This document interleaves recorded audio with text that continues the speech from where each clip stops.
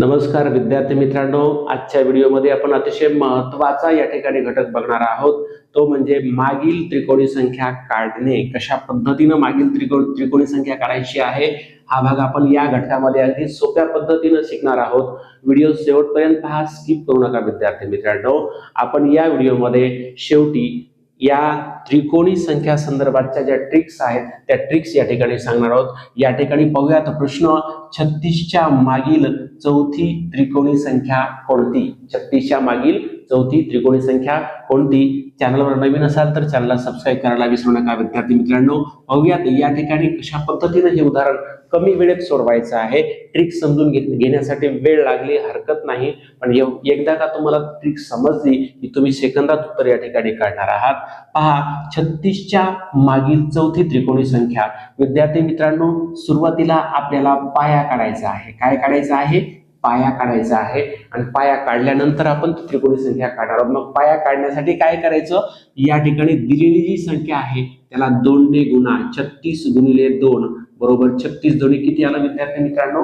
72 आलं। 72 त्याच्या पुढे काय करायचं आहे? पहा, या 72च्या अलीकडील पूर्णवर्ग संख्या सांगा किंवा अलीकडील पूर्णवर्ग संख्या या ठिकाणी लिहा। कोणती आहे? 72च्या अलीकडील पूर्णवर्ग संख्या आहे 64। किती आहे?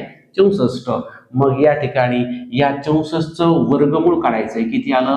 8 आलं। बघा, 72 या ठिकाणी 36 गुणिले 2 केलं 72। 72च्या अलीकडील संख्या किती आली? 64। त्याचं वर्गमूळ काढलं 8। आता इथे वर्डिंग काय आहे? शब्द काय आहे? मागील चौथी त्रिकोणी संख्या। मागील म्हटल्यानंतर वजाबाकी करायची आहे। मग यातून 4 वजा करा। मग 4 वजा केल्यानंतर शिल्लक किती राहतं? 4 राहतं। लक्षात ठेवा। आता 4 हा या ठिकाणी या त्रिकोणी संख्येचा काय आला? पाया आला। मग आता काढा त्रिकोणी संख्या। मग त्रिकोणी संख्या काढताना पाया गुणिले नंतरची क्रमवार संख्या किती आहे? 5। 4 गुणिले 5 छेद 2। बे 1 बे, बे दोन्ही 4 आणि 5 दोन्ही 10। म्हणजे आपलं उत्तर आलं 10। 36च्या मागील चौथी त्रिकोणी संख्या कोणती आली? 10 आली। पुढचं उदाहरण या ठिकाणी पाहूयात आपण। 45च्या मागील सातवी त्रिकोणी संख्या कोणती? काढा स्टेप। पहिली स्टेप म्हणजे पाया काढायचा, म्हणजेच 45 गुणिले 2 म्हणजे किती आलं? गुणाकार किती आला विद्यार्थी मित्रांनो? 90 आलं। आता 90च्या अलीकडील पूर्णवर्ग संख्या, मागील पूर्णवर्ग संख्या कोणती आहे? 81 आहे। 81 याचं वर्गमूळ डायरेक्ट लिहा। 81चं वर्गमूळ येतं 9। आता पुढे काय करायचं आहे? पहा, मागील सातवी त्रिकोणी संख्या। मागील सातवी वजाबाकी करायची। किती वजा करणार? 7 वजा करणार बरोबर। पुढे 9 मधून 7 गेले, खाली राहिले 2। 2 हा या त्रिकोणी संख्येचा काय मिळाला? पाया मिळाला। मग पाया मिळाला की त्रिकोणी संख्या काढता येते। मग पाया गुणिले पुढील क्रमवार संख्या पायाच्या नंतरची 3 आणि भागिले 2। बे 1 बे, बे 1 बे, म्हणजेच या ठिकाणी किती आलं उत्तर आपलं? 3 ही त्रिकोणी संख्या असेल। 45च्या मागील सातवी त्रिकोणी संख्या किती असणार आहे? 3 असणार आहे। पाहूयात पुढचं उदाहरण लगेचच। पहा, उदाहरण 55च्या मागील चौथी त्रिकोणी संख्या कोणती? काय करायचंय? अगोदर आपल्याला पाया काढायचा आहे। मग 55 गुणिले किती? 2 बरोबर 110 आलं। 110च्या अलीकडची पूर्णवर्ग संख्या 100, त्याचं वर्गमूळ किती आलं? 10। आता पुढे या ठिकाणी जाऊयात। इथं वर्डिंग काय आहे? शब्द काय आहे? मागील चौथी त्रिकोणी संख्या।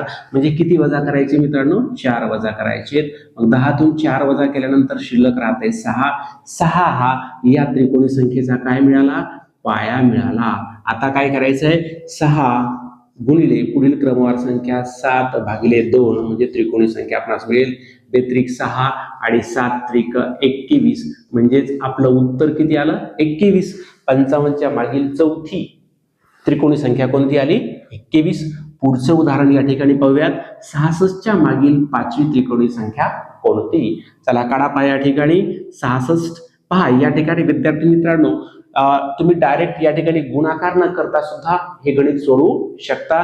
या ठिकाणी स्ट्रिक्ट लक्षात घ्या, तोंडी आपली या ठिकाणी ही पद्धत झाली, या मेथडनं या स्ट्रिकनं आपण सोडू शकतो.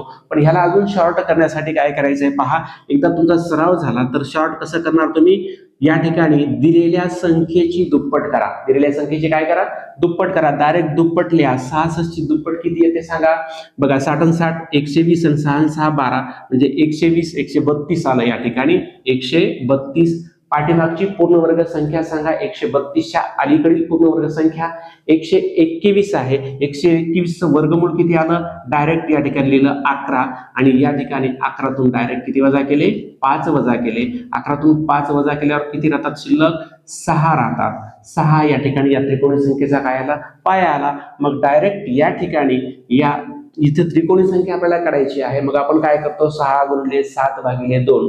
मग भागिले 2 आहे तर 6 आणि 7 ह्या ज्या दोन संख्या आहेत पहा या ठिकाणी 6 गुणिले 7 आपण करतो ना, भागिले 2 करतो.